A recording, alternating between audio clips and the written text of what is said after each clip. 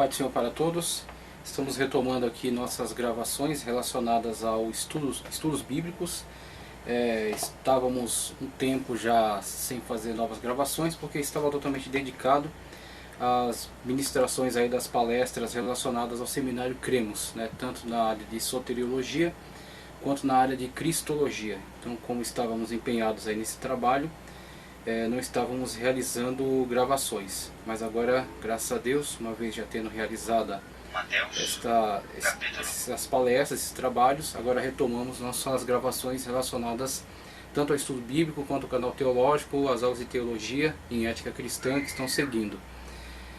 O seminário, infelizmente, teve que ser periodicamente suspenso em função da pandemia que ainda está se agravando.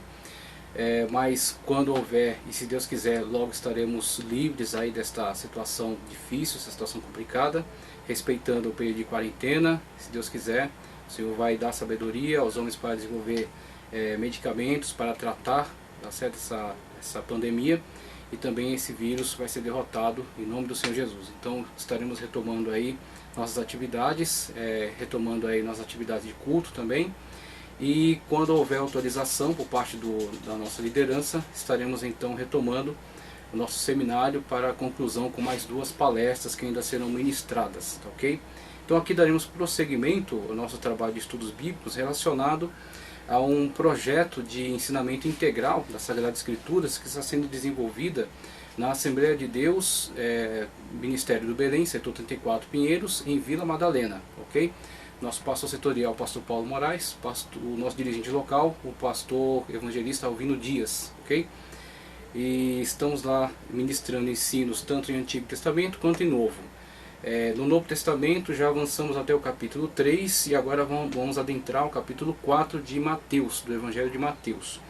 Para nosso estudo estaremos utilizando um material muito interessante, que é a Bíblia Sagrada, versão João Ferreira de Almeida, tá ok? Em áudio.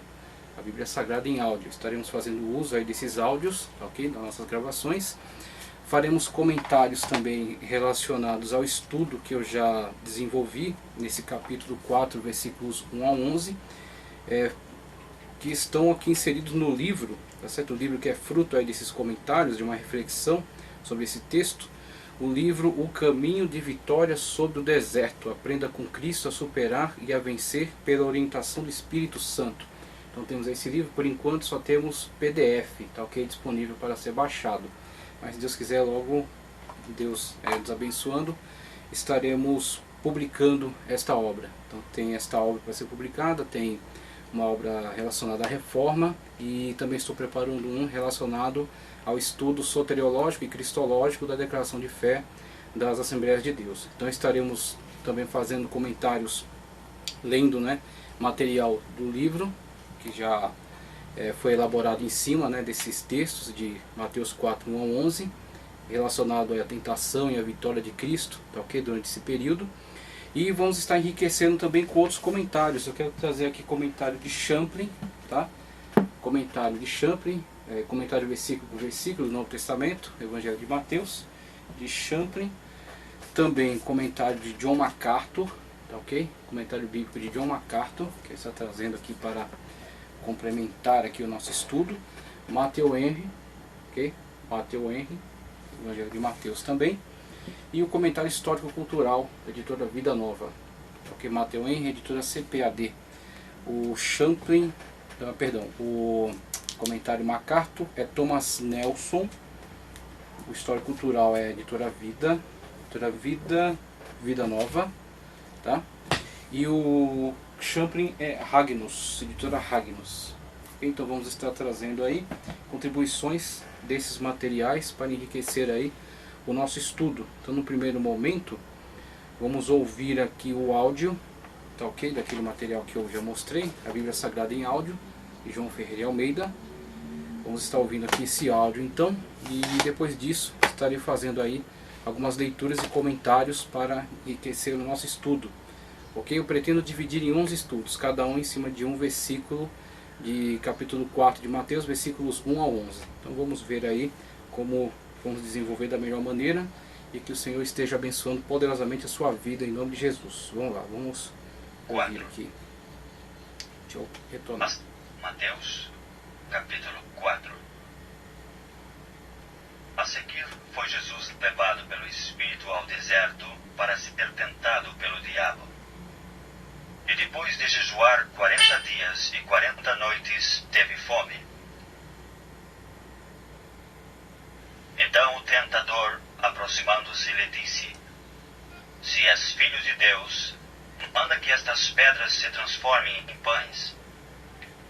Jesus, porém, respondeu: Está escrito: Não só de pão viverá o homem, mas de toda a palavra que procede da boca de Deus. Então o diabo levou a cidade santa, colocou-o sobre o pináculo do templo e lhe disse: Se és filho de Deus, atira-te abaixo, porque está escrito: Aos seus anjos ordenará a teu respeito que te guardem, e eles te sustentarão nas suas mãos, para não tropeçares em alguma pedra. Respondeu-lhe Jesus: Também está escrito: Não tentarás do Senhor teu Deus. Levou-o ainda o diabo a um monte muito alto, mostrou-lhe todos os reinos do mundo e a glória deles. E lhe disse: Tudo isto te darei, se prostrado me adorares. Então Jesus lhe ordenou: Retira-te, Satanás, porque está escrito: Ao Senhor teu Deus adorarás, e só a Ele darás culto. Com isto o diabo o deixou, e eis que vieram anjos e o serviram. Ouvindo. Somente até aqui, ok. Mateus capítulo 4, versículos 1 ao 11. Ouvimos aqui, tá ok? O material da Bíblia Sagrada em áudio. E agora eu quero trazer algumas contribuições já para esclarecimento desse trecho bíblico. Eu quero dar início aqui pelo comentário histórico-cultural, ok? Comentário histórico-cultural da Bíblia, Novo Testamento, editora Vida Nova, o capítulo 4. Vamos lá. Evangelho de Mateus, capítulo 4. Isso aí. Veja só o que diz aqui. Comentário histórico cultural da Bíblia, capítulo 4, versículos 1 ao 11. Vamos ver o que ele nos diz aqui relacionado a esse trecho bíblico. Jesus supera as provações de Israel. Jesus supera as provações de Israel. O diabo tenta influenciar o entendimento de Jesus acerca da filiação. Então coloca aqui, entre aspas, né? O diabo está tentando levantar questionamentos em relação a isso. É o que vamos tratar também aqui no nosso material, tá ok? Segundo os padrões de poder mundano, mas Jesus permite que as escrituras definam sua missão. Então tentando fazer aí com um contraste, né? E tentando trazer Jesus, arrastar Jesus para essa perspectiva na qual ele precisa provar a sua filiação, demonstrando isso através da exibição de algum poder, como o diabo tem tentado instigá-lo a fazer, e como na verdade nós vamos fazer uma paráfrase, né, para a aplicação à nossa vida, o que na verdade ele tem tentado fazer e tem logrado êxito em algumas situações relacionadas a muitos líderes, ou relacionado até a muitas pessoas que tentam comprovar a sua ligação, sua filiação a Deus por meio de certas demonstrações. O que na verdade muitas das vezes tem sido um engodo por parte do diabo, né? Um engodo satânico que os tem arrastado para esse tipo de ações, que são na verdade maléficas, porque não são para a glória de Deus, mas são somente uma forma de tentativa de demonstração de seu poder, de sua autoridade, tá ok? Então temos aí muitas das vezes movimentos que são enquadrados dentro daquilo que a gente chama de neopentecostalismo, que tem se deixado levar por isso, né? Tem empregado muita energia, muita força em tentativas de demonstrações de poder, tá certo? E essas tentativas de demonstrações para justificar certas práticas, certas doutrinas, tá ok? E muitas das vezes isso tem sido um engodo para líderes e para liderados, que têm sido arrastados aí para esse tipo de atitudes que não louvam, não glorificam a Deus, mas são glorificação do próprio homem, ou de movimentos atrelados a estes líderes, a estes homens. Então já começa por aí, né, vemos como é importante, como é profundo o exame, né, dessas passagens bíblicas aqui. Veja só, Então, mas Jesus permite que as Escrituras definam a sua missão. Então, ele está pautado, está centrado nas Escrituras. Okay? Então, a Escritura Sagrada, a correta interpretação dela. E é interessante como a gente vê aqui exercícios de hermenêutica ortodoxa, exercícios de uma correta, uma saudável hermenêutica. Quando o diabo vem para Jesus tentando trazer uma péssima interpretação, okay? Uma manipulação sobre os textos sagrados, ele pratica uma exegese mesmo, tentando incutir no texto certas ideias que não são favorecidas pelo próprio texto, e Jesus refuta ele, não com argumentos externos de sábios ou de qualquer tipo de fonte externa, mas através da própria Escritura e da saudável, da correta interpretação, obedecendo aquilo que a Escritura está dizendo, ok? Não inserindo nela outros significados, nem distorcendo, nem manipulando, nem ocultando certos trechos bíblicos, mas apenas interpretando ela corretamente. Jesus consegue fazer a refutação daquela péssima aplicação que o diabo estava fazendo em relação ao texto bíblico. Então veja que interessante, é com o próprio texto bíblico que ele vem tentar conduzir Jesus a um engodo. Ele estava testando Jesus, né? Estava tentando ver ali qual era a sua capacidade, sua desenvoltura em relação a essa situação de tentação, essa situação de pressão. Foi colocado numa situação de pressão ali naquela tentação no deserto. Então Jesus está pautado pela Escritura. Os 3 versículos de Deuteronômio 6, 13, 16 e também o 8:3 que ele cita, temos aí Mateus 4, 7 e 10, eram mandamentos de Deus a Israel quando o povo foi provado por 40 anos no deserto. E o contexto do primeiro desses mandamentos dirige-se ao Filho de Deus, ao contrário do antigo Israel. Jesus, como seu representante, temos aí 1:1, também o 2:15 de Mateus, passa nos testes. Alguns estudiosos compararam o debate intelectual entre Jesus e o diabo à forma dos debates rabínicos. As histórias judaicas também louvaram os que suportavam e superavam os testes morais mais intensos. Então temos aí já um subsídio histórico, né? Então, por mais que para nós pareça um tanto estranho, né? Um tanto surpreendente esse tipo de situação ocorrida em relação a Cristo e esse debate, né, que ele travou com essa entidade maligna, todavia isso reflete, na verdade, algo que era característico mesmo daquela época, que eram esses embates, essas discussões teológicas onde se expunha a Sagrada Escritura e se tentava uma interpretação, e muitas das vezes haviam contrastes de interpretação, e esses contrastes deixaram muito claro quem estava corretamente interpretando a Sagrada Escritura, quem estava respeitando o seu contexto, né? Conforme temos aqui as colocações, né? Enquanto o diabo tira do contexto, ou então a primeira situação na qual ele diz: transforma essas pedras em pães, se és filho de Deus, tentando relacionar a comprovação de que ele é o filho de Deus à realização de um determinado feito miraculoso em benefício próprio. Não que Jesus não tivesse poder para realizar milagres, como ele demonstrou ao longo de todo o seu ministério. Todavia, aquela situação, se ele se deixasse levar por ela, seria utilizar-se do poder de Deus em benefício particular, egoístico, vamos dizer assim, e em contradição com o momento em que ele estava vivenciando, que era uma consagração, um jejum. Quebrar esse jejum em benefício egoístico e próprio, utilizar o poder de Deus de uma forma egoística. Ok? Então, ele utilizava o poder de Deus para a glória de Deus, para glorificar Deus através de curas, milagres, exorcismo, da ressurreição de mortos, coisas extraordinárias, muito maiores do que transformar pedra em pão, transformar água em vinho, como ele fez no casamento, algo que pode ser equiparado, né?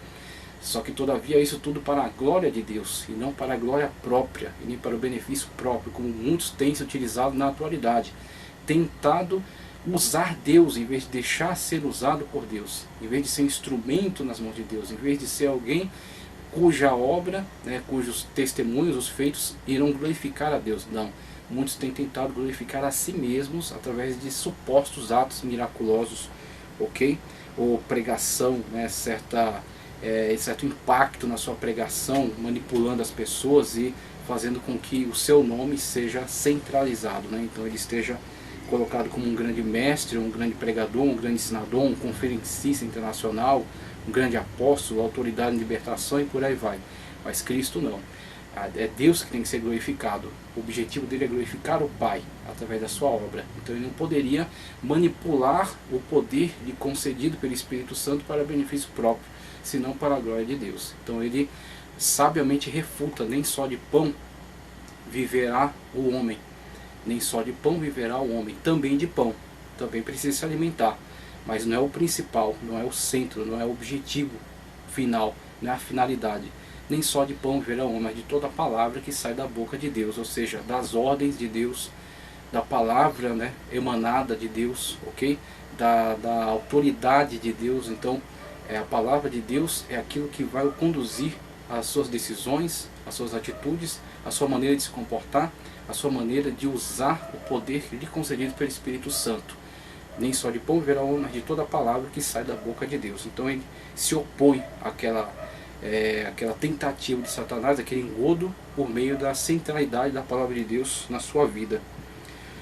Um dos atos divinos mais reiterados no Antigo Testamento é o de que um dos atos divinos mais reiterados no Antigo Testamento é o de que Deus conduziu seu povo no deserto. Veja, cita aqui Isaías 63:14 de Isaías, onde Israel foi testado. Embora o Antigo Testamento só mencione o diabo raramente, de fato, né, sua atividade como tentador, conforme Jó 1, também o 2, havia se tornado objeto de grande atenção nos dias de Jesus. O aspecto surpreendente aqui, para a maioria dos leitores judeus, não seria o fato de que o diabo estava executando a tentação, mas que estava fazendo pessoalmente. Então, aqui, uma questão muito séria, e isso não é à toa, do envolvimento direto, né, e não simplesmente de situações caóticas criadas no entorno ao homem, tendo sido causadas por forças demoníacas, ou então o envio de outros emissários para que pudessem estar realizando, mas o envolvimento direto e pessoal do próprio diabo com essa situação de tentação, a qual Cristo estava suportando, estava passando, estava vivenciando. E isso certamente, sem sombra de dúvidas, relacionado àquilo que Cristo já demonstrava em relação à grandiosidade de sua pessoa, à grandiosidade de sua obra. Tudo aquilo que já foi demonstrado com a vinda do mensageiro de Deus, Gabriel, a situação na qual Maria engravida por ação do Espírito Santo de Deus, o seu nascimento, a sua anunciação, a estrela, os magos que vieram do Oriente, ok? Toda aquela movimentação, tudo aquilo que já estava que estava acontecendo em torno da pessoa bendita do nosso Senhor Jesus Cristo. Então isso chamou a atenção, de modo que ele pessoalmente se envolveu com toda essa situação de tentação ao Senhor Jesus Cristo, né? E assim também nós já podemos até puxar aqui alguns exemplos, né, para nós. Quanto mais poderosamente Deus se manifestar na sua vida, mais poderosamente Deus te usar, e mais prejuízo você trouxer, tá certo, a todo o reino diabólico que está presente, certamente o levante será maior. Todavia, da mesma forma como o levante é grande, maior ainda o poder de Deus sobre a vida daqueles a quem servem a Deus, sobre a vida daqueles que submetem ao Senhor por meio de sua palavra. Como Cristo aqui estava totalmente submetido a Deus por meio da sua palavra e sempre objetivando a glória de Deus e não a sua própria. Tá? Então temos aí, da mesma forma como a grandeza do poder de Deus, há também aumento de perseguição. Mas tudo isso porque é numa árvore com frutos, né, uma árvore frondosa, que se atiram pedras, né? Então isso também em relação a Cristo, isso reflete também em relação a nós mesmos. Veja só, Moisés também jejuou 40 dias e 40 noites. Jesus talvez se apresente aqui como um novo Moisés, o novo legislador. Israel também esteve no deserto por 40 anos. Ok? Os antigos atribuíram esse tipo de feito aos magos que alegavam ser capazes de se transformar em animais e de transformar substâncias em outras. Ok? Então temos aqui um contraste, né, entre mágica e milagre. Existe um contraste extraordinário entre mágica e milagre. Tem muitas pessoas que estão pedindo a Deus mágica e não milagre. Ok? Então mágica tem um objetivo, muitas das vezes, de ludibriar, de enganar, de encantar, de fazer com que pessoas fiquem surpreendidas com você, fiquem hipnotizadas, tá, ok, com a sua ação. Então isso é mágica. Muitas vezes a mágica é simplesmente um falsete, é uma enganação, é uma aparência. ok? Então tem muitas pessoas aí que estão entrando por esse caminho, tentando realizar atos mágicos, o que é muito diferente de um ato miraculoso. Um ato miraculoso é uma intervenção de Deus, ok? Que tem todo o poder, que pode de fato realizar coisas extraordinárias, e quando ele traz essa intervenção na natureza, ele muda o quadro, muda a situação, tá ok? Ele realiza algo grandioso. Isso certamente, você não tenha dúvida, isso certamente vai confirmar a sua palavra, que Deus não entra em contradição consigo mesmo.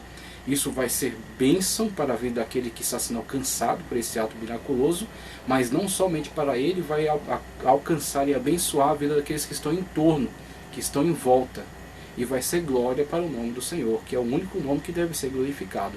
Então Deus glorifica seu nome através de nós, por meio de seus atos miraculosos. Agora, milagre é muito diferente de mágica. A mágica pode ser manipulável. Então tem pessoas tentando manipular Deus através de ofertas, dízimos, sacrifícios e gritaria e tantas coisas. Só que Deus não pode ser de modo algum manipulado. Deus é soberano e todo-poderoso, e só realiza atos miraculosos quando isso vai glorificar o seu nome e abençoar vidas. Então temos aí um grande contraste. Israel também esteve no deserto por 40 anos, já li essa parte aqui, acerca dos magos, transformar substâncias em outras, como pedras em pão. Mas muitos judeus também ansiavam por um novo êxodo, liderado por um novo Moisés, em que não faltaria o novo maná ou pão do céu. O diabo contesta a filiação de Jesus, ou busca defini-la de forma contrária à palavra de Deus. Os modelos de poder na cultura incluíam os magos e os soberanos deste mundo. O diabo deseja ajustar a definição do papel divino de Jesus de acordo com as expectativas contemporâneas, que é necessariamente uma diminuição da sua missão original. Então, sendo a missão original de Cristo, né, trazer as pessoas para o reino de Deus, para a glória de Deus, submetê-las à palavra de Deus, à essência da palavra de Deus, como Cristo veio ensinar. Ouviste o que disse os antigos, eu porém vos digo. Então Cristo, diferentemente dos antigos, dos sábios, dos entendidos, dos escribas, dos fariseus, ok, dos saduceus, de todos esses grupos dominantes na sociedade da época, e que teciam comentários em relação à palavra de Deus e igualavam em importância os seus comentários à própria Sagrada Escritura, muitas vezes até superando, né, fazendo com que os comentários superassem em importância a própria palavra. Cristo não tinha compromisso com nenhum desses sábios, nem comentaristas, nem dessas ideias que foram construídas, e sim com a essência da palavra de Deus. Assim é que ele está nos trazendo para a centralidade da vontade de Deus, ok? Demonstrando a nós em si mesmo, através da sua própria vida. Então a sua missão não pode ser diminuída, ele não pode se deixar levar por essas influências. E é onde encontramos esse embate, o diabo tentando fazer com que Cristo se igualasse a qualquer mago, feiticeiro, mágico, ou qualquer tipo de realizador de milagres, de mágicas, né, de atos sobrenaturais que estavam espalhados aí pelo Oriente Médio da época. E Cristo está se diferenciando, se destacando de uma forma extraordinária em relação a todos esses, mostrando que quando Deus opera algo através dele, é para a glória de Deus, não para a sua própria glória, ok? E é para a bênção, para abençoar aquele que é alcançado pelo milagre e aos demais que estão em volta dele. Quando, por exemplo, os judeus pedindo sinais, os gregos pedindo sinais, e Cristo jamais realizou um ato miraculoso para demonstrar com isso qualquer tipo de sinal, para usar com isso qualquer tipo de atribuir, qualquer tipo de autoridade atrelada a isso, da carteirada, vamos dizer assim, numa linguagem bem comum. Ele sempre dizia, o testemunho é a palavra de Deus, o testemunho é a pregação, é a mensagem, esse é o testemunho, ok? Então o testemunho de Jonas, por exemplo, que se levantará e falará contra essa geração, o testemunho de Sodoma e Gomorra, até que se tivesse sido pregado a nós como foi a estes, nós teríamos agido de outra forma. Então sempre esses testemunhos em relação à palavra, até aquele ensinamento onde Cristo trouxe, quando o rico e o Lázaro, o rico diz, manda que Lázaro ressuscite e volte para, ou então mande alguém do mundo dos mortos para falar aos meus irmãos. O que Abraão responde a ele? Tem Moisés e os profetas, que é uma linguagem, né? E você toma o todo pela parte. Então tem o Moisés e os profetas. Então você está utilizando, olha, Moisés, o que? Os escritos de Moisés. Tem Moisés, ou seja, tudo aquilo que Moisés escreveu. Tem os profetas, ou seja, aquilo que os profetas deixaram registrado. E através disso eles têm que chegar ao conhecimento da verdade. E isso é suficiente para chegarem, sem necessidade de que se negocie com eles com realização de atos sobrenaturais. É crer para ver, não é ver para crer. Então é isso que tem que ser colocado de uma forma muito enfática pelo Evangelho, que é pregado conforme a palavra de Deus. Não pode ser um evangelho de atos mágicos, onde as pessoas são convencidas e não convertidas, onde elas veem coisas interessantes e por isso querem se ligar à fé porque acharam interessante, acharam curioso. De forma alguma, isso não é uma fé saudável. Tem que crer, ou seja, você ouve a palavra de Deus, o Espírito de Deus está interagindo com o homem, convencendo do pecado, da justiça e do juízo, ok? E a graça preveniente já está presente, capacitando os homens a tomarem decisões, e tomarem decisões em favor de não resistirem à ação do Espírito Santo de Deus para a conversão, para a salvação em Cristo Jesus, ok? Então temos que partir sempre por esse caminho, o caminho da aceitação por meio da pregação da palavra de Deus, e não do convencimento de pessoas por meio de atitudes mágicas, vamos dizer assim. Na continuidade, em que não faltaria o novo maná, ok, já li, os modelos de poder da cultura dos magos soberanos deste mundo. O diabo deseja ajustar a definição do papel divino de Jesus de acordo com as expectativas contemporâneas e diminuir a importância do papel que ele estava desempenhando. Satanás oferece uma perspectiva mundana do significado de filho de Deus. Contudo, confiando na voz do Pai, Jesus define sua missão conforme as Escrituras. Ele certamente conhecia o contexto de Deuteronômio 8:3, versículo que citou. Jesus pode confiar na provisão divina do maná no deserto, porque Deus é o Pai de Jesus, assim como era o Pai de Israel. Deuteronômio 8:5. Outros círculos judaicos, como fica evidente, por exemplo, nos manuscritos do Mar Morto e em textos rabínicos posteriores, também usavam a expressão está escrito para apresentar um texto das Escrituras. Cidade Santa, relacionada aqui, conforme nós ouvimos aí do texto lido, Cidade Santa era um dos nomes comuns de Jerusalém. O diabo leva Jesus a uma parte do templo voltada para um vale profundo. Uma queda seria sem dúvida fatal. Rabinos de um período posterior reconheciam que o diabo e os demônios eram capazes de manejar bem as Escrituras. Então eles, vejam uma coisa interessante aqui, não é pelo fato de serem grandes conhecedores da Escritura que eles são tementes a Deus. Então é muito diferente a questão do conhecimento, e muitas das vezes o conhecimento pode levar a uma soberba, ok? Pode levar a uma arrogância.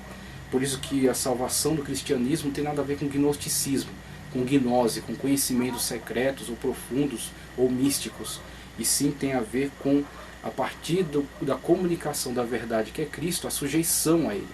Então se submeter a Cristo para a salvação é pela graça, ok? Então temos aí a situação na qual o diabo manifesta profundo conhecimento das Sagradas Escrituras. O diabo é muito melhor teólogo do que qualquer um de nós.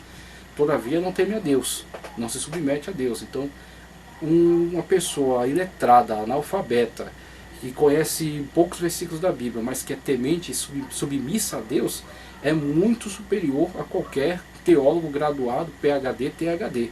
Ok? O Espírito Santo de Deus pode usá-lo poderosamente e pode suprir as necessidades. Agora, claro, isso não é desculpa para o descaso, isso não é desculpa para relaxar, né? Mas tem que cada vez mais se aperfeiçoar. É como você tem, por exemplo, uma ferramenta afiada e uma ferramenta cega. Às vezes a pessoa que manipula a ferramenta é tão boa que mesmo com uma ferramenta cega ela consegue trabalhar bem. Claro, poderia trabalhar muito melhor se ela fosse amolada. Assim você tem muitas pessoas que são ferramentas, mas se ela fosse mais amolada, mais aperfeiçoada no que ela faz, seria usada de uma forma mais extraordinária ainda. Então tem que amolar a ferramenta, né? Tem que se aperfeiçoar, estudar, ler, se aprofundar. Mas sempre ligado, temor de Deus. O princípio da sabedoria, como diz, né, o sábio Salomão. O princípio da sabedoria é o temor. Então se falta temor, a sabedoria não vai te ser útil para nada. Aqui o diabo cita Salmos 91, 11 e 12 também, fora de contexto. Veja aqui, essa atividade de descontextualizar textos bíblicos é uma atividade satânica, demoníaca, ok? Tirar texto fora do contexto e aplicá-lo, manipulá-lo e usá-lo para benefício próprio, ok? Então você tem muitas das vezes situações nas quais pessoas tiram do contexto, algumas vezes com má intenção, outras vezes até nem com tanta má intenção assim, mas acaba sendo prejudicial também. como por exemplo, você tem situações, e agora aproveitando essa situação que estamos vivenciando, né, alguns que dizem, né, utilizando daqueles textos de Antigo Testamento, fala que nenhum mal chegará à tua tenda, nenhum mal te abaterá, e qualquer coisa assim. Tudo bem, concordamos que de fato Deus nos guarda, Deus nos livra, Deus nos protege, mas você não pode pegar um texto desse e generalizar de tal maneira que você encontrasse qualquer tipo de contradição no fato de hoje servos e servas de Deus serem infelizmente atingidos pela contaminação com esse vírus ou com outros vírus até que já passaram, né, por aqui. Nós vimos um pouco antes aí outras contaminações também que foram tão graves, foram graves também, talvez não tanto quanto esta, mas foram. E como é que fica, né? Nenhum mal chegará à tua tenda, como diz lá, sobre Israel não vale, nenhum mal chegará à tua tenda, como é dito mesmo, nesse trecho, nessa parte do versículo, que é mais o foco, né, o importante. E como é que fica? Nenhum mal chegará à tua tenda, e como é que o irmão ficou doente, como é que ele ficou contaminado com essa situação? Veja, onde o versículo está sendo usado, com quem ele está sendo usado, tá certo? Qual é o contexto, qual é o momento? Então nós temos Israel numa peregrinação, num deserto, ok? 40 anos de peregrinação, já chegando perto de Moabe, para atravessar, para entrar em Canaã. É contratado ali um feiticeiro para tentar amaldiçoar Israel.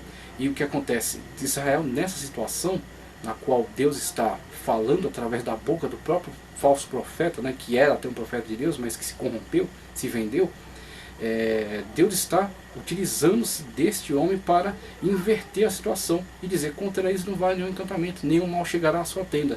Ou seja, eles são totalmente cobertos ali da proteção, da guarda, e Deus blindou aquele povo para que ele não fosse atingido de situação, em momento algum, situação nenhuma. Até que eles, passando aquele período, adentraram em Canaã. Adentrando em Canaã, havia a situação na qual eles tinham que manter fidelidade, se manter fiéis à palavra de Deus, ao pacto, à aliança com Deus. Agora diga para mim, eles quando atentaram contra, se deixaram levar pela idolatria, pecaram, desobedeceram a Deus, eles foram ou não foram atingidos por moléstias? Então temos aí a situação na qual aquele versículo é verdadeiro, ele é com certeza canônico, inspirado, só que ele tem o seu contexto, ele tem o seu momento, ok? Então temos situações que são muito mais melhor compreendidas. Outro versículo: onde colocar a planta do teu pé é teu. Muito bem. Aí a teologia da prosperidade adora pegar esse texto aí e incentivar as pessoas a saírem colocando o pé no carro dos outros, na casa dos outros. Onde colocar a planta do teu pé é teu. Será que faz sentido isso? Será que é válido? Ou se olharmos para o texto, não vamos entender que a terra de Canaã foi concedida para que Israel adentrasse ali e conquistasse. Deus autorizou que eles adentrassem e conquistassem aquela terra, e por isso, durante todo o perímetro, todo o território de Canaã, onde eles colocassem a planta do pé, de fato, e era deles, porque Deus havia dado a eles. Agora, isso não pode ser tirado do contexto e aplicado em qualquer situação. Então, temos que ver o contexto, a regra do contexto, ok? Em relação a hoje, por exemplo, né? O que Cristo disse? Ele falou acerca de terremotos, ele falou acerca de pestes, e ele falou acerca de guerras e rumores de guerras. Ele falou para não se assustar, porque isso é um princípio.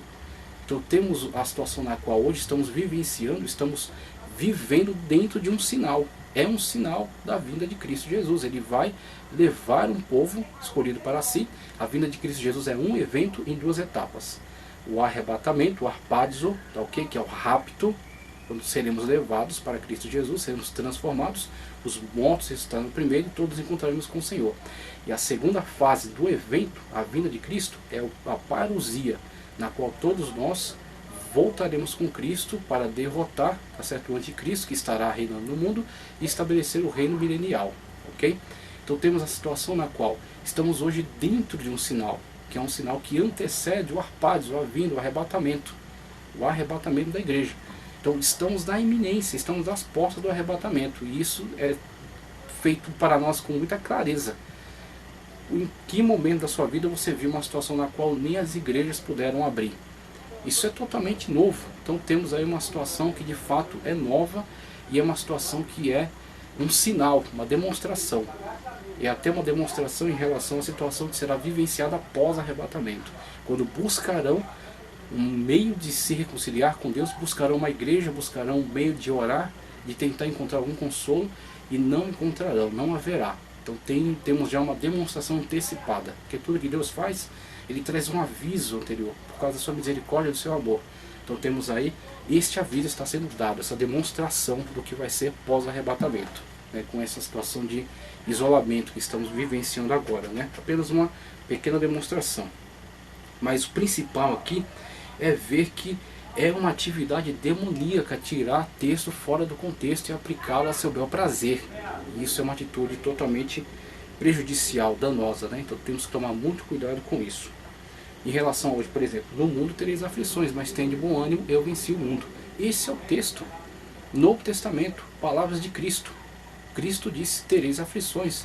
Então os servos de Deus, a serva de Deus da igreja, eles têm o privilégio de serem remidos e lavados, purificados com o sangue de Cristo Jesus, e terem a tão bendita esperança, ok? Que não pode ser arrancada nem por vírus, nem por assassinato, nem por sequestro, nem por roubo, nem por nenhum tipo de coisa.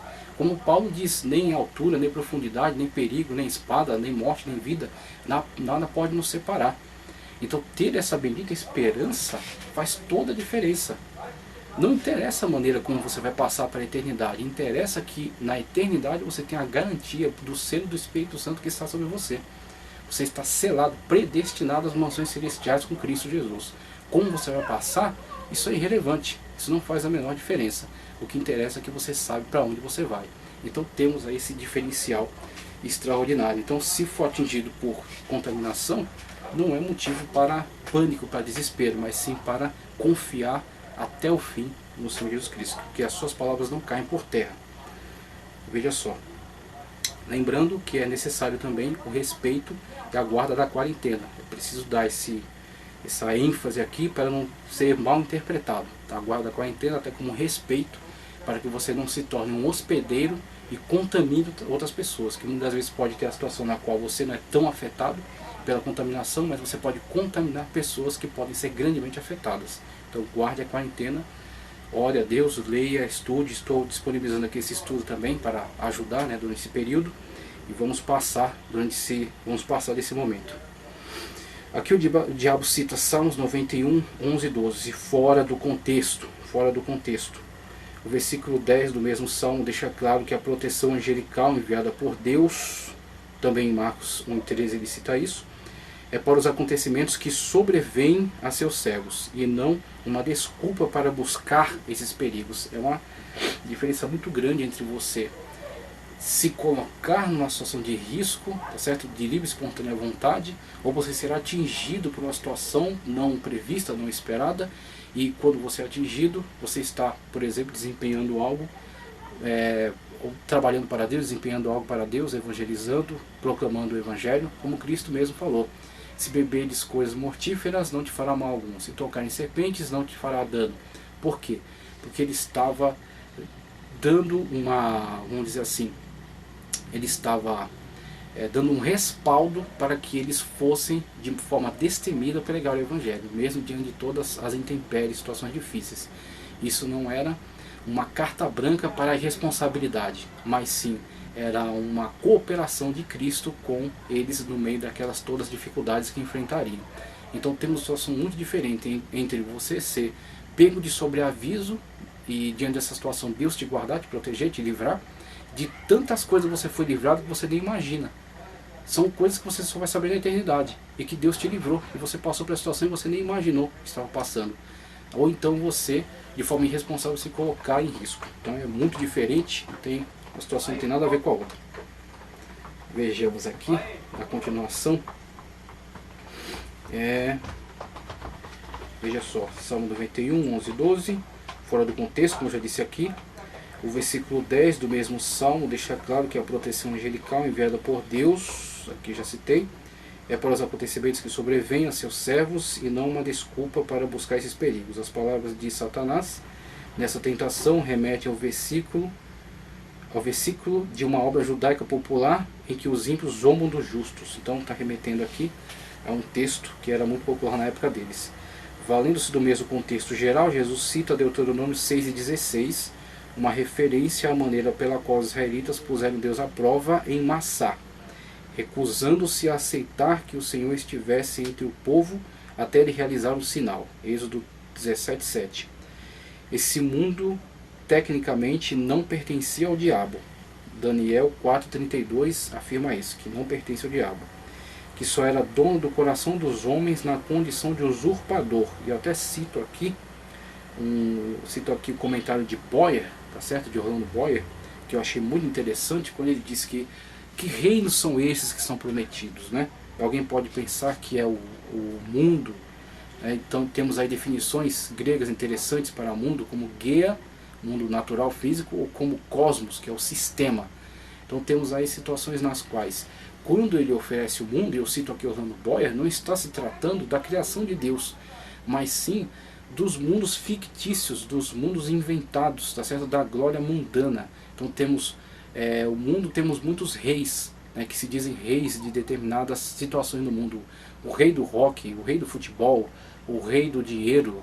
Temos tantos reis por aí, né? Só que reis de mundos inventados, mundos fictícios, mundos de ilusão. E acredito que esta seja a questão aqui, que esteja sendo oferecido a ele a possibilidade de ele se retirar dessa situação. Claro que o diabo é mentiroso, né? Então temos que levar sempre em consideração esse aspecto também, esse defeito de caráter, que ele é mentiroso desde o princípio, como Cristo mesmo disse. Mas a oferta talvez tenha sido essa: eu me retiro dessas situações e eu abro um atalho aqui para você chegar onde você quer chegar. Você quer se tornar o rei, você quer reinar sobre ele, estabelecer seu reino, e de fato o Senhor vai reinar, só que o caminho é de cruz, o caminho é de dor, o caminho é de espinhos. Vamos oferecer um atalho: se você me adorar, eu me retiro aqui, esses reinos. Agora as pessoas não vão somente te adorar como Deus, vão te idolatrar. Então Cristo se tornaria como um ídolo, como as pessoas hoje têm seus ídolos, né? Ídolo da música, ídolo dos jogos, ídolo disso, ídolo daquilo. Então Cristo seria mais um ídolo. Da mesma forma como atrás o diabo tentou igualar Cristo a um mago, realizando mágica, aqui ele quer tentar tornar Cristo um ídolo, tornar-se rei, né, dono desses reinos, esses reinos da mentira inventados pelo diabo, através dos quais ele aprisiona os homens. Ele talvez estaria oferecendo isso. Você quer estes reinos? Quer que eu me retire e deixe você agora nessa posição, dessa idolatria? Então me adore, se prostre de mim, me adore. É onde Cristo rejeita.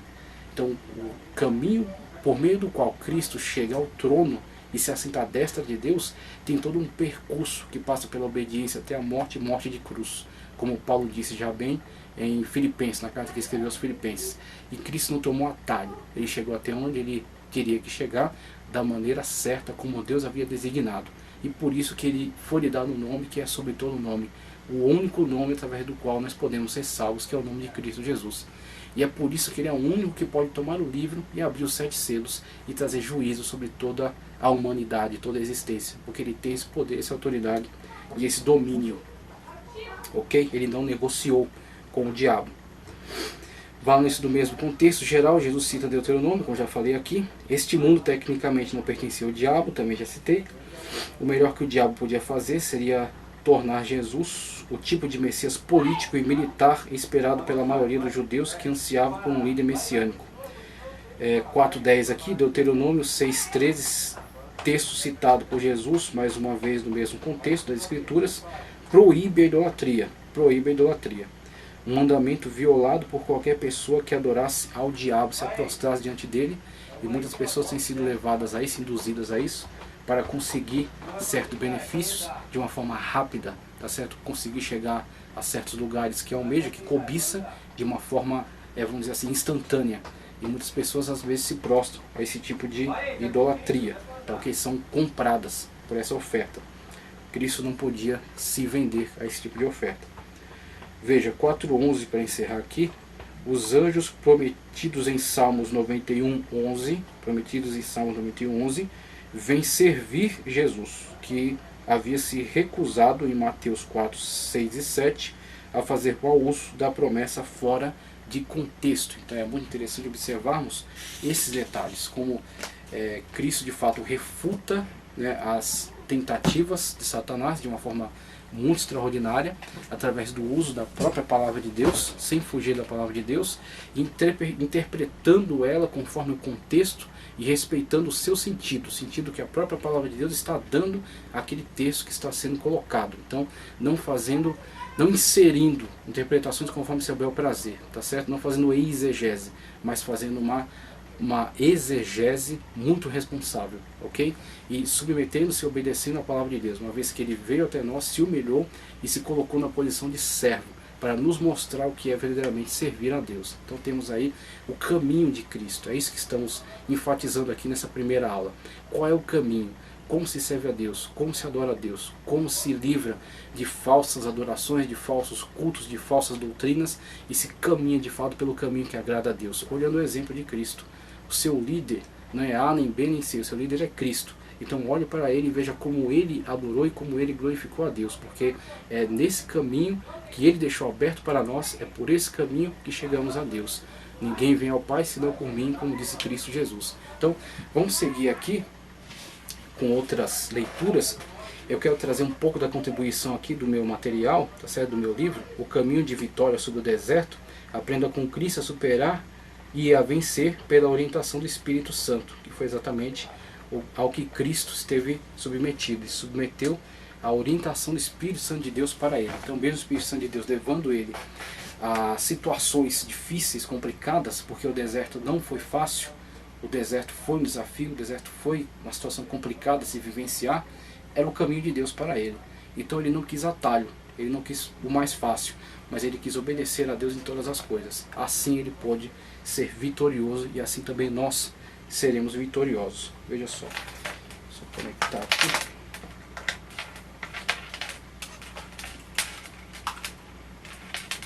Vamos lá, vamos dar sequência aqui. Eu quero trazer um pouco do material que eu preparei aqui relacionado a esse texto.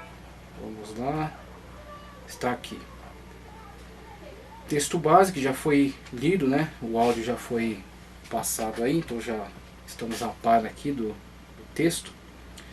O primeiro versículo que estamos utilizando aqui no nosso estudo. Então foi conduzido Jesus pelo Espírito, foi o Espírito Santo de Deus que conduziu ele ao deserto, tá ok? Então certas colocações aí levantadas por teologia da prosperidade, onde eles colocam como que sendo impossível um servo fiel a Deus passar por dificuldades, passar por apertos, muitas das vezes, situações difíceis, provações.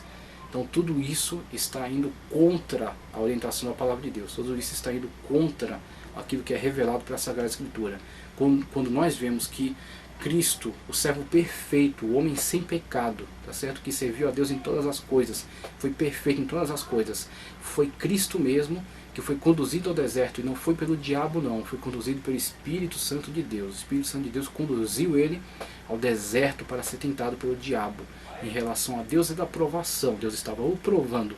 Em relação ao diabo era tentação, o diabo queria o derrubar, mas era o Espírito de Deus que estava à frente dele, estava conduzindo ele neste momento delicado, esse momento difícil. Por isso que os servos e as servas de Deus não têm que estar preocupados em relação à situação na qual são conduzidos a um momento de provação, porque é Deus, é a escola de Deus para você.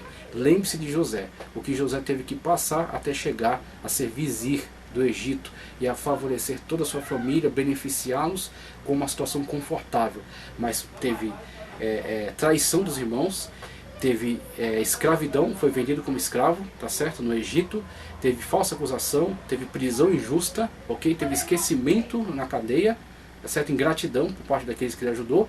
Só depois é que ele foi ser, quando chegou o tempo de Deus, a hora de Deus, Deus criou meios, Deus abriu porta onde não havia porta, para que José saísse da cadeia direto para o palácio. Mas isso teve o tempo, teve o momento de Deus. Tem que esperar o tempo Kairos, que é o tempo oportuno, é o tempo de Deus para a nossa vida, ok? Então temos que esperar o momento em que Deus quer de fato trabalhar e realizar essa transformação dessas obras. Veja só, quero trazer uma leitura aqui. Vamos lá. Do que eu vou tratar aqui na minha obra, só para a gente ter uma noção. Veja só. Então, Mateus 4, 1 a 11 é o texto onde estamos trabalhando. Então, tem a introdução, que eu vou fazer a leitura para vocês. O início da nossa vitória, a revelação da vontade de Deus, que é aquilo que estamos enfatizando aqui.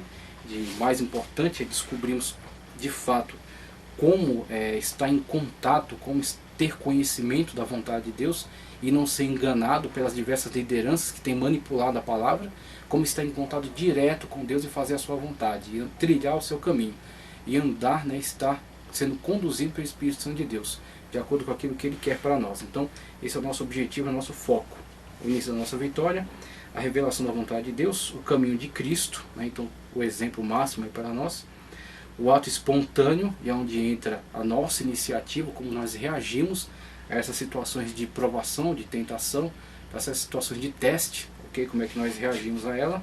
Então a reação que tem que ser esperada de nós, que nós temos que participar, contribuir com a nossa iniciativa.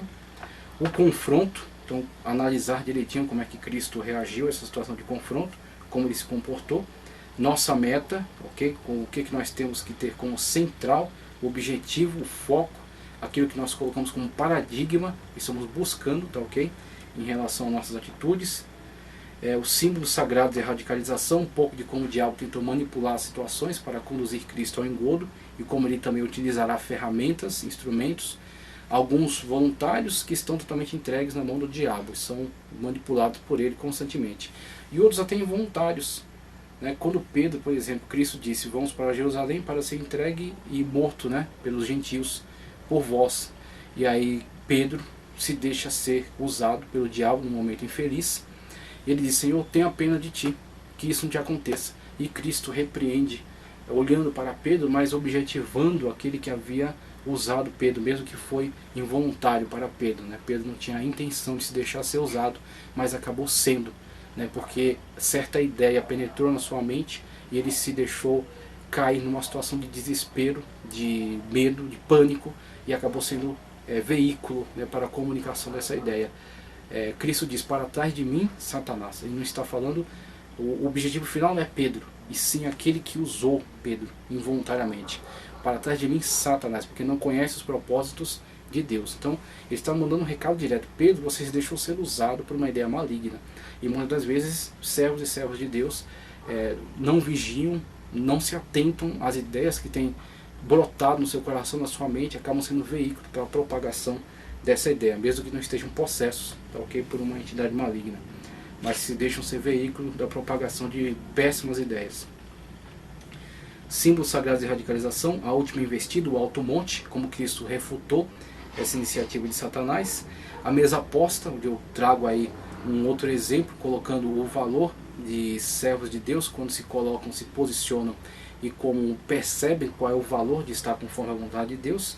E eu encerro aqui uma mesa no deserto, acerca do momento onde Cristo, tendo resistido à situação, foi por Deus atendido, né? Foi por Deus recompensado, quando Deus supriu todas as suas necessidades ao final daquele período de tentação. E o caminhante, quando eu faço uma análise geral acerca do tratado, acerca de todo esse trabalho que desenvolvemos, e mostro como é importante estarmos sendo guiados pela vontade de Deus, superando a nossa própria vontade e superando orientações advindas de diversas lideranças, muitas das quais não estão fazendo, não estão andando conforme a vontade de Deus. Então é importante termos sempre este norte, esta bússola, esta orientação, esta meta, esse paradigma, esse propósito. Estamos andando conforme ele, para não nos perdermos nesses caminhos, tá ok? Mas estamos trilhando pelo caminho que é Cristo. Veja só, na introdução, o que eu digo aqui? Eu já vou caminhar para o encerramento, já está ficando bastante extenso, mas eu quero passar só esse início aqui do trabalho. A gente vai desenvolver isso aqui em mais aulas, tá ok? A introdução, eu digo o seguinte, ó.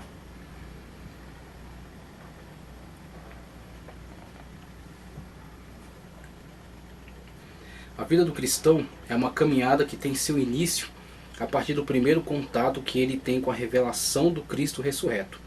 É a ocasião a que o mestre se referiu quando mencionou o maravilhoso fenômeno do novo nascimento. Necessário vos é nascer de novo. Ponto inicial. Uma vez que você nasceu de novo. Não é quando você se filiou a uma igreja local, ok? Isso já é uma boa coisa. Eu estou frequentando uma igreja, eu estou indo lá ouvir a palavra, eu gosto da música, eu gosto das paredes pretas e o pessoal apaga a luz e fica só uma... Tá, tudo bem, você está numa igreja local. Mas esse é só o ponto de partida. Você precisa partir daí e ter um encontro com Cristo. Ok? Então, o Deus vivo, o Cristo Jesus, o Cristo ressurreto, ok? Que ele sim é o cabeça da igreja. A igreja cujo corpo é a igreja universal dos salvos, não placas, não CNPJs, ok? Não denominações. e sim a Igreja Universal dos Salvos, cujo nome está não somente num hall de membros, mas escrito no livro da vida do Cordeiro. Então você precisa ter um encontro com Cristo, muito mais importante do que estar afiliado a uma determinada denominação. Ah, então não vamos mais para a igreja, vamos ficar em casa. Isso já é um indício de que você não pertence ao corpo de Cristo. Porque aquele que pertence ao corpo não abandona suas congregações, como disse também o apóstolo. Então temos que ter muito claro isso. Nós participamos numa igreja local, numa denominação, mas temos a plena consciência de que numa denominação há trigo e joio, e não é para ser arrancado o joio. É Cristo que faz a seleção. A primeira seleção, quando o trigo for arrebatado e o joio ficar. Então Cristo mesmo é que vai selecionar o trigo do joio. Mas sabemos que uma igreja local tem trigo e tem joio, ok? Então você convive com o joio, muitas vezes. Você tem comunhão com o trigo. Você sabe quem serve a Deus de verdade. Você tem comunhão com ela. E você convive com muitas pessoas, e muitas das quais nem servem a Deus. Estão ali fazendo sei lá o que, estão atrapalhando a vida dos outros. Mas elas estão lá e elas precisam estar lá. E elas têm que continuar lá. E ninguém pode tirá-las de lá. É Cristo que faz a seleção. Mas veja, você está numa igreja local. E é fundamental, é importante que você esteja contribuindo, colaborando, fazendo a obra de Deus, propagando a palavra, contribuindo para que essa igreja continue existindo, fazendo sua manutenção, pagando seus aluguéis e se expandindo, né, abrindo mais templos, para que o reino de Deus seja proclamado, para que pessoas tenham a oportunidade de ouvir a palavra. Como ouvirão se não há quem pregue? Como pregarão se não forem enviados? Toda a estrutura da igreja local, da denominação. Só que estar na denominação é só um primeiro passo. Você precisa ter o seu nome no livro da vida e estar inserido na Igreja Universal dos Salvos, que é aqueles que estão no corpo de Cristo, cuja cabeça é Ele mesmo. Ok? Então temos que ter essa noção de que quando você nasce de novo, você nasce da água e do Espírito, como foi aconselhado a Nicodemos, você deu o primeiro passo no reino de Deus. Pronto, agora você não está só numa igreja local, você está também na Igreja Universal dos Salvos. Agora você tem um compromisso com Cristo Jesus diretamente. E por causa do seu compromisso com Cristo, você obedece uma liderança naquilo que ela estiver de acordo com a palavra. Se ela sair da palavra, você não tem compromisso nenhum com ela. Mas aquilo que ela estiver na palavra, você tem um compromisso com ela por causa de Cristo. Então você coopera, você colabora, você contribui, você evangeliza, você respeita, tá certo? Você participa junto com ela, você juntamente com ela propaga o reino de Deus. Por quê? Porque você nasceu de novo. E o seu compromisso direto é com Cristo. O seu galardão não vem dos homens. Não é tapinha nos ombros, nem parabéns, nem palmas, nem nome, reconhecimento, falado no microfone, nada disso. Mas é coroa, galardão. Tudo que você faz aqui é em prol de Cristo e o seu galardão é na glória. Quando foi arrebatado, Cristo estabeleceu o seu tribunal, o tribunal de Cristo, para julgar as obras. E Ele vai te recompensar. Então temos aí o primeiro passo no reino de Deus, nova criatura. Ser uma nova criatura, nascer de novo, tá certo? Nascer da água do Espírito, estar em comunhão plena com Cristo Jesus. Pronto, a partir daí você é um cristão de fato, não nominal. Você é um cristão de verdade, você está ligado a Cristo. Uma vez que alguém prova em sua vida esta maravilhosa experiência, inicia um processo que na presente obra denominamos o caminho de Cristo. Pronto, a partir do momento que você nasceu, você é uma nova criatura, você está nesse caminho, você está inserido no corpo de Cristo, ok? A cabeça é Cristo, Ele é o teu líder, você obedece a Ele, você enfrenta todas as situações que você vai enfrentar nessa situação e nessa convivência com o trigo e com o joio, com o mundo, com o pecado, com o diabo, você enfrenta tudo isso por Cristo, por amor dele, então você está trilhando o caminho de Cristo. Como que você vai andar pelo caminho de Cristo se você não conhece quais são os procedimentos corretos adotados por Ele? Se você não segue o exemplo dele, você pensa que você vai trilhar por esse caminho com a sua própria capacidade, com a sua própria competência, você vai trazer o que? Conhecimentos de fora, de medicina, direito, engenharia, qualquer tipo de coisa para te auxiliar nesse caminho? Isso serve para a sua vida cotidiana, no mundo. Conhecimentos humanos para humanos vivenciados neste mundo. Agora, para trilhar o caminho de Cristo, você tem que entender como Cristo trilhou por esse caminho.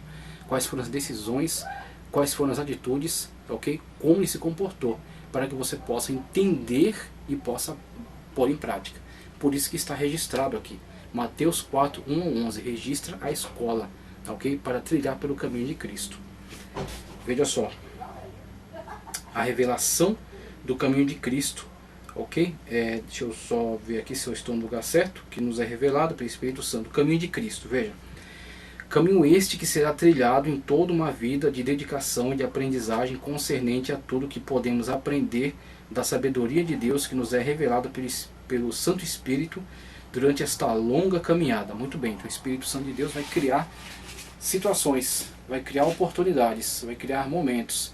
E esses momentos, muitas das vezes, se você não estiver em sintonia com o Espírito Santo de Deus, para você vai lhe parecer que aqueles momentos são só de sofrimento, são só de perseguição, são momentos só de dor, quando na verdade seria uma importante matéria no seu currículo. O Espírito Santo de Deus preparou aquele momento, ele te colocou nele, e aquele momento é de dor, de sofrimento. Mas por quê? Porque é uma matéria no currículo. Você precisa aprender isso, você precisa passar por esse momento, vivenciar essa situação e vencê-la. E quando vencê-la, pronto, você está formado e você vai ensinar outras pessoas. Mas e se você estiver totalmente desapercebido? Você vai entrar por aquela situação, vai pensar que aquilo é um tipo de perseguição contra você, que Deus não te ama, que Deus esqueceu de você, e você, muitas das vezes, numa situação dessa, por se deixar levar por esses pensamentos demoníacos, diabólicos ou carnais, você acaba se desviando do caminho e adentrando aí, tentando pegar atalho. Tá, ok? Então temos que tomar muito cuidado com isso, temos que prestar atenção nisso.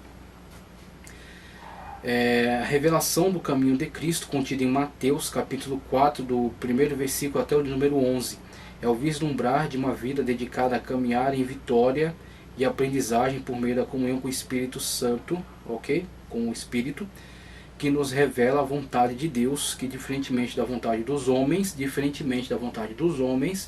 é sempre fundamentada na verdade, no amor, na sabedoria, aspectos maravilhosos dos quais pretende o diabo nos manter afastados. Esse adversário que durante a caminhada nos enfrentará com suas armas e suas sutis estratégias. A sutileza da estratégia dele é que é denunciada por meio desses trechos aqui nos quais Cristo desmascara o engodo do diabo diante de nós e por meio do seu próprio exemplo nos mostra como vencer, nos mostra como desmascarar, nos mostra como superar esses desafios, essas situações. Agora, está sendo ensinado. Se você quer aprender, aí já é um problema seu. Se você não quer aprender, continue batendo cabeça. Então é essa a situação. Infelizmente, com todo respeito, você precisa entrar pelo caminho de Cristo. Você precisa entender quais são as decisões, quais são as atitudes, quais são as maneiras pelas quais Cristo lidou com essas situações, para que você possa também entrar pelo caminho dele e ter, alcançar a vitória que ele tem para nós. Veja só, continuando aqui, enfrentará sutis estratégias contra a nossa vida espiritual, pretendendo com isso nos desviar da revelação divina e nos manter presos ao seu engano e à sua mentira. Tem muita gente aí vivendo de engano e de mentira, e pensa que está servindo a Deus, pensa que está agradando a Deus, e na verdade está fazendo a vontade de homens, está se exibindo, está glorificando seu próprio nome, e está muito longe da vontade de Deus, está muito longe do caminho de Cristo. Tá, ok? Então temos que tomar cuidado com essas situações para que nós também não sejamos arrastados para elas. Veja, uma vez que é Ele mesmo o pai da mentira, João 8,44, mas ao nosso lado está o Santo Espírito, que nos guia pelo caminho de provações, conforme está na Escritura, nos capacitando para vencer as tentações, tá, ok? Seja no deserto, com as pedras, por meio das quais pretende nos induzir a fazer da nossa fé algo devotado à vitória sobre obstáculos materiais apenas. E aí tomo aqui esse trecho e faço um link com aquilo que Paulo fala: alguns esperam em Cristo somente para esta vida, e estes, conforme Paulo diz, não sou eu, Paulo, estes são os mais miseráveis dos homens. Ou seja, diante de tudo aquilo que em Cristo há para nós, de grandioso, de maravilhoso, algo que vem da parte de Deus, algo extraordinário, a pessoa quer algo de Cristo somente para esta vida, quer manipular Cristo para que ele seja para si um médico apenas. Ele é médico dos médicos, Senhor dos senhores, mas ele não é só isso. Ou fazer de Cristo um banqueiro, ou fazer de Cristo alguém que possa trazer algum consolo somente, um amigo, ok? Agora Cristo, por mais que ele possa cobrir todas essas áreas da sua vida, ele é médico, ele cura, ele é dono do ouro e da prata, ele pode te abençoar financeiramente também, mas ele é Senhor dos senhores, é Rei dos reis, é o Kyrios, ok? É o eu sou, E se você não recebe como Deus, você está perdendo grandes coisas que você pode alcançar em Cristo. Quando você o adora como Deus, quando você o serve como Deus, quando você o reconhece como Deus. E quando ele se manifesta para você como Deus. A salvação dele, as bênçãos espirituais, os dons espirituais, ok? Toda a maravilha que é Cristo Jesus na sua inteireza, na sua magnificência. Então temos que tomar muito cuidado, porque o diabo, através dessas estratégias, quer nos limitar e nos fazer olhar para Cristo como algo muito inferior do que ele é, conforme a palavra de Deus. E muitos líderes que se deixam levar por essa visão demoníaca estão fazendo com que esperem Cristo somente para esta vida e se tornem assim os mais miseráveis. Dentre os miseráveis, os mais miseráveis são os que esperam Cristo somente para esta vida. Querem coisas de Deus e não Deus em si. Veja só, as pedras, a nossa fé é algo devotado à vitória sobre obstáculos materiais apenas. Na cidade santa com o seu templo, lugar no qual nos levará a situações de pressão, com o objetivo de nos levar ao erro do fanatismo, ou no alto monte, imagem do poder e da soberba humana, por meio da qual tenta nos fazer sucumbir e favorecer o erro, quando tenta nos induzir a estarmos adentrando por esse caminho de erro, estarmos saindo da vontade, do centro da vontade de Deus. É para provar através de quê? Através de Cristo. Provar através de Cristo, através da vitória que Cristo alcançou. Então esta é a prova final, definitiva, suficiente, de que há sim a possibilidade de vitória sobre tudo isso, porque Cristo venceu. E aquele que está em Cristo vence o mundo também. Tá ok? Então, do jeito que há as aflições, há as tentações, há as provas, há os embates, os enfrentamentos, mas há também a vitória por meio de Cristo Jesus. Então, olhe para Cristo, siga o caminho dele, entre pelo caminho de Cristo e você vai alcançar a mesma vitória, porque é ele que garante a tua vitória, ok? É isso que estamos deixando muito claro aqui por meio da palavra de Deus. E para provar a possibilidade da vitória que trazemos nesta reflexão acerca da triunfal caminhada do Cristo em seus 40 dias e 40 noites de provação pelo jejum, que o preparou para as 3 situações de tentação forjadas pelo inimigo para o levar à queda, e que talvez tenham levado à queda alguns que, apesar de terem recebido a revelação do Cristo e terem iniciado a jornada, não vigiaram em aspectos importantes da vida espiritual, sendo assim levados à confusão e ao desvio pelo inimigo, o mesmo que investiu afrontosamente contra o Cristo, o Senhor Jesus Cristo, ok? Então, pessoas que estão vivendo um engano, uma mentira, estão vivendo um mundo de fantasias inventadas pelos seus líderes, e que eles tomaram também a habilidade de inventar também fantasias e envolver outros nesses mesmos engodos, mas totalmente apartados, divorciados da palavra de Deus, manipulando a palavra e não sendo edificados por ela, pensando que tem autoridade e poder para brincar e para tirar o texto bíblico do seu contexto, ok? Nós vimos aqui já a manipulação, a descontextualização do texto bíblico é uma atividade satânica, diabólica, demoníaca, e para destruir a obra de Deus. Temos que tomar muito cuidado em relação a isso.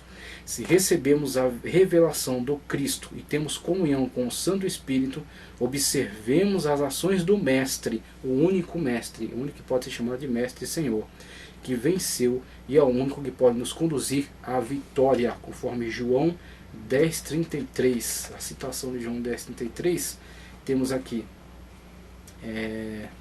João 10:33, tenho-vos dito isto, para que em mim tenhais paz, no mundo tereis aflições, mas tende bom ânimo, eu venci o mundo. Então damos aqui início, ao nosso projeto, temos aqui o início da nossa vitória, que é o texto, onde eu trato aqui acerca deste ponto.